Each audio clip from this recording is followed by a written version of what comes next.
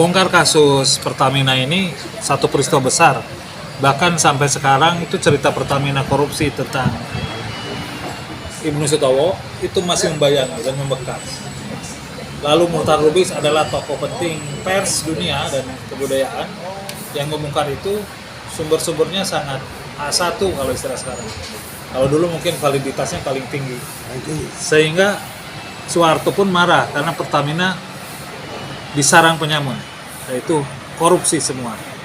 Dan Om Yus ini di Hari Anak Indonesia Raya, waktu itu masih wartawan tuh udah redaktur Pak? Wartawan ya? Jadi pertama kali aku jadi wartawan itu ya wartawan olahraga. Olahraga? Itu kan dasarnya. Oke. Itu kalau hanya pemain bola, pemain badminton, apa pada saat ya? Tapi jangan nanya sekarang. Sekarang kan? Nggak ikutin lagi. Nah akhirnya waktu itu kalau nggak salah Muchtar Lubis di penjara ya? Itu gimana ceritanya? Muchtar Lubis di penjara di era Soekarno dulu 9 tahun. 9 tahun. 5 tahun 4 tahun tahanan rumah, 5 tahun tahanan penjara. Jadi pindah-pindah dari RTN Jakarta, pindah ke Madiun. Nah, di Madiun di situ bareng-bareng sama Sultan Syahrir, Iya. sama Muhammad Nasir, bersama Mr. Rum, Oh iya. Muhammad Rum ya? bersama Haji Prinsen, Ya. bersama Subado Sastro Satomo, itu kakaknya Sudarpo. Oh kakaknya Darpo ya? Sastro Satomo. Iya, iya. Terus sama Itu di Madiun ya? Aduh, pokoknya tokoh-tokoh Masyumi dan PSI, karena musuhnya Soekarno itu Masyumi dan PSI. Iya, iya. Islam dan sosialis. Jadi PSI musuh dong bagi dia ya? Musuh, jadi selalu kalau ada keributan di Indonesia, itu tujuannya Masyumi dan PSI. PSI maksudnya. Malah PSI Masyumi. Padahal nggak ada urusannya. Ada urusannya. Ada urusan. Padahal sebenarnya kan Soekarno PNI ya, Ya. yang selalu ngomong tentang Nasakom segala ya. Iya. Nah itu zaman Pak Harto, zaman Soekarno di penjara. Terus zaman Pak Harto di penjara nggak? Di penjara lagi. Di penjara lagi. Yang penjara Maksudnya Muchtar Lubis kan? hampir 18 bulan bareng-bareng sama Ariman dan kawan-kawan. Enggak Bahudin. Oh. Itu wakilnya itu lebih. Bapak Emred ya? Nah, kena 18 bulan. Kalau si Muchtar Lubis tahun 75 baru ditahan. 75. 2 bulan. 2 bulan di penjara ya? Di Bukit Duri? Nah, di satu penjara yang dipersiapkan oleh Subantio untuk Sultan Syahrir dan kawan-kawan di sebelahnya Taman Mini. Aku lupa namanya. Nirbaya. Oh iya yang Di situ Mardani. Semua lah. Semua Subandrio. Jadi penikmat Nirbaya itu Subandrio duluan. Padahal itu dia bikin untuk Sultan Syahrir. Karena Subandrio ini anak didikan Sultan Syahrir. Sebenarnya muridnya dia. Iya PSI dia. Iya PSI. Yang jadi duta besar di Inggris segala macam. Betul. Tapi dia penjarain. Kenapa? Subandrio kan BPI. Iya. Badan Pusat Intelijen. Jadi zamannya sekarang nih BIN. Kalau zamannya Soeharto Bakin. Bais ya. Bakin ya. Bakin sama Bais beda. Bakin. Badan Koordinator Intelijen. Bakin. Tapi yang berperanan Bais ya. Intelijen strategis. Ya. Oke Om, terus Om dari Indonesia Raya selesai pindah ke mana? Ke Kompas? Enggak, di Indonesia Raya saya sampai tahun 74. 74, oh ya. Malari. Malari 75 kejadiannya. 74. Ke 74 ya? 15 Januari 74. 15 Januari 74. Di beredar di Indonesia Raya. Saya baru 4 tahun tuh. Itu nggak boleh terbit lagi. Cekal. Iya. 2 tahun. Nggak terbit aja. Indonesia Raya udah habis sama surat kabar. Nusantara, pedoman segala. Pedoman habis sudah. Yang apa ya, keras terhadap pemerintah. Dianggap merongrong gitu. Dianggap rongrong. Nah, setelah itu aku boleh masuk Kompas.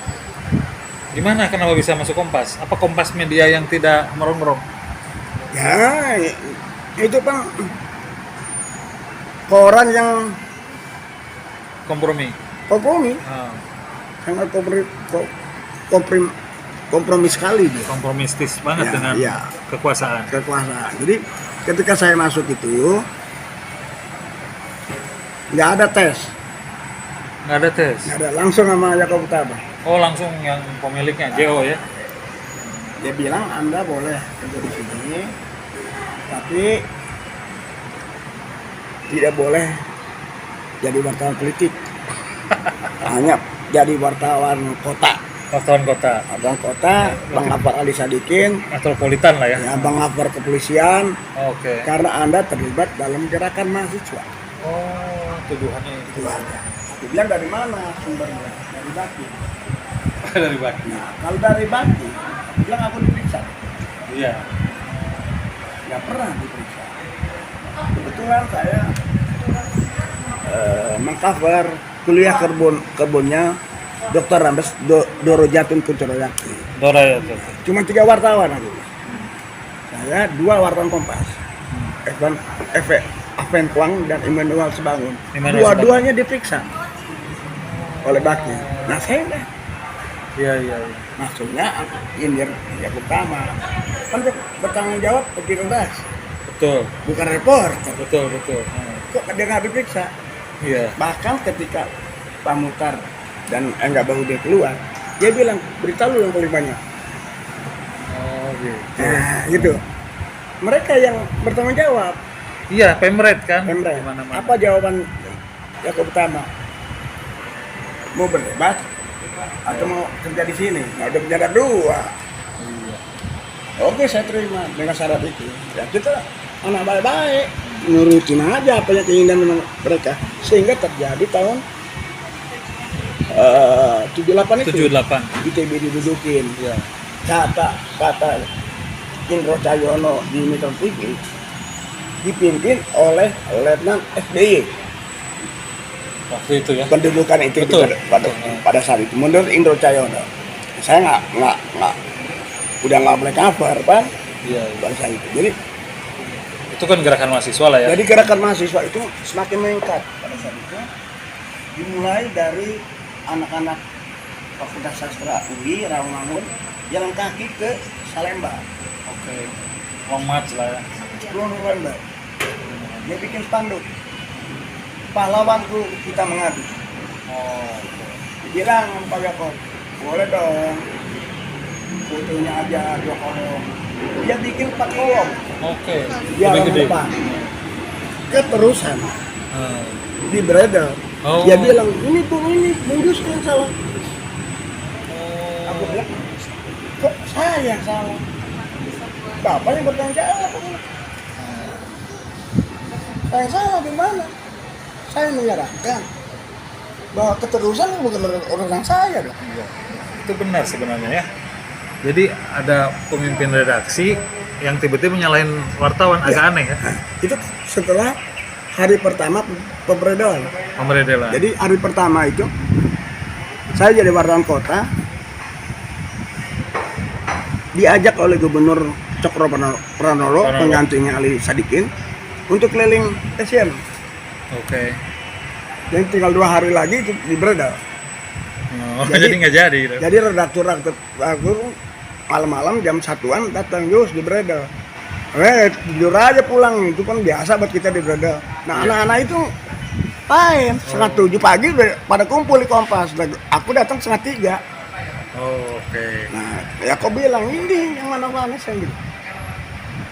Rupanya Yakob tidak kuat mentalnya kalau dianggap menuduh Om Yus manas-manasin. Iya. Dia tidak bertanggung jawab atau dia mau cuci tangan? Kalau menurut aku sih ya, dia mau melihat kepada anak-anak buahnya, ini bukan salah gua nih, ini anak yang nyaranin, nyaranin gitu.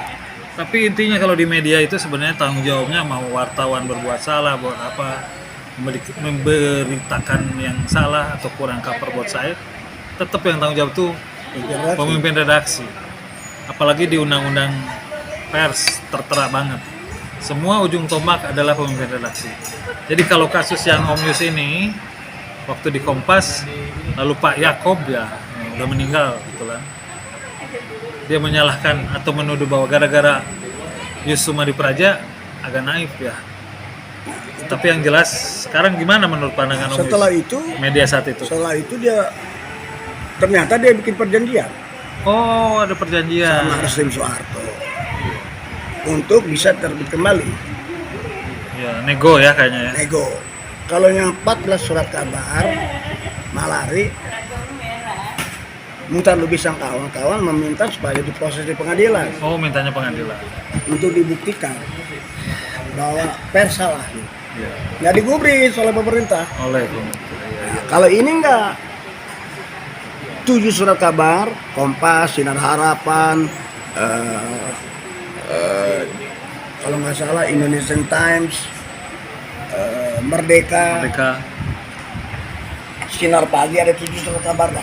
Pada saat itu aku ngapal namanya. Bikin surat dulu, Pak Harto, tahun 78 itu. 78. Semua ada bukti-buktinya. Itu surat itu minta maaf lah apa. Setelah itu baru kelanjutannya oleh Depen, Oh, oleh DPN. Harus ada siup itu. bukan sih. Dan dari Depen itu dikeluarin usul-usulnya. Klausulnya. Salah satunya menurut saya berat, yaitu akan menaati ketentuan-ketentuan yang akan diatur oleh pemerintah. Selesai tugas DPR. Kan peranannya memberikan warning kepada pemerintah kalau pemerintah itu nggak benar. Iya, iya. Itu keluar, Oke. dikasih gaji setengah bulan. Oke. Tapi hubungan saya dengan Yakob. Pak Oyong, Pak Oyong. terutama, Pak Oyong. baik sekali. Baik. Pak Yakob nggak, Oh. karena ada orang yang ngasuh. Itu anak orang kaya, Oh. Iya, iya. rumahnya aja di Menteng. Iya, iya, iya. Kakaknya itu pemilik Trakindo. Oh. Kakaknya lagi satu jadi Dirjen Perhubungan Laut, Oh. Pongki Suparjo. Nah, Pongki Suparjo itu kebetulan kawin sama Sumadi Praja. Oh. Iya. Anak kakaknya ayah. Iya. Juga dia punya kakak lagi, yaitu di Dirut Garuda, Wiweko Supono. Wiweko, ya. Nah, itu kawin sama kakak Cuma dibaca juga kan? anaknya kakaknya ibu yang meninggal muda, suaminya. 3 anak yang dia, salah satunya istrinya Wiweko. Oke. Nah, apa urusannya sama Iya, mereka? Nggak ada urusan sama mereka tuh. Iya, iya. Nah, kemudian Yakob Utama melihat, nggak begitu. Dia panggil aku, jadi teman diskusi. Oh. Jadi kalau Pak Yakob ada sesuatu yang ini, dia panggil. Jadi baik hubungannya di kemudian ya. Kemudian baik ya. Jadi teman ya. Jadi teman Jadi diskusi. antara Om Yus Sumadi Praja dan Yakob Utama itu teman baik, bahkan teman dialog dan teman diskusi panjang. Tapi saya sebagai orang media masih menyimpan cerita yang agak misterius tentang 78 itu. Sejumlah media minta maaf kepada Soeharto dan keluar perjanjian yang bahwa setiap media harus patuh pada rejim atau kekuasaan saat itu. Ini menarik, nanti mungkin perlu dikaji, dianalisa dan juga dikembangkan apa saja yang terjadi. Kita sekarang Betul ada kalau mau lihat perjanjiannya. disambungkan dulu tentang ceritanya nih Om Yus. Iya. Itu tahun 78. Nah, media saat ini gimana perbandingannya? Nah, nanti dulu, itu 78 ya. Dan ketika tahun 82 ada lagi peristiwa, Oh, 82 ada peristiwa lagi. namanya peristiwa Lapangan Banteng. Oke. Jadi Golkar lagi kampanye di Lapangan Banteng dengan menghadiri Ali Mutopo, Ya. diserbu oleh partai P3. P3. P3-nya Naro. Bukan P3 aja pada saat itu. P3 Nggak saat tahu bukan Naro atau siapa. Pada saat itu terjadi kerusuhan di Jakarta. 82 ya. Ya 82. Itu Tempo memuat soal exertim itu, kapal. Apa dia mati mau? Jadi 94 itu. 94. Padahal 82 Tempo bikin Perjanjian perjanjian yang sama seperti yang sama dengan 78 Cuman Kompas dan bedanya kawan-kawan. 78 dengan Sampai presiden langsung. Presiden Soeharto bikin surat dulu ke presiden. Presiden Soeharto. Baru keluar keluar Depen. dari DPN. Kalau ini langsung Depen. Kalau Tempo lewat Sudah DPN. Langsung Depen. Jadi 94 ada pemberedelan karena Tempo ya telah melanggar janji yang tahun 78.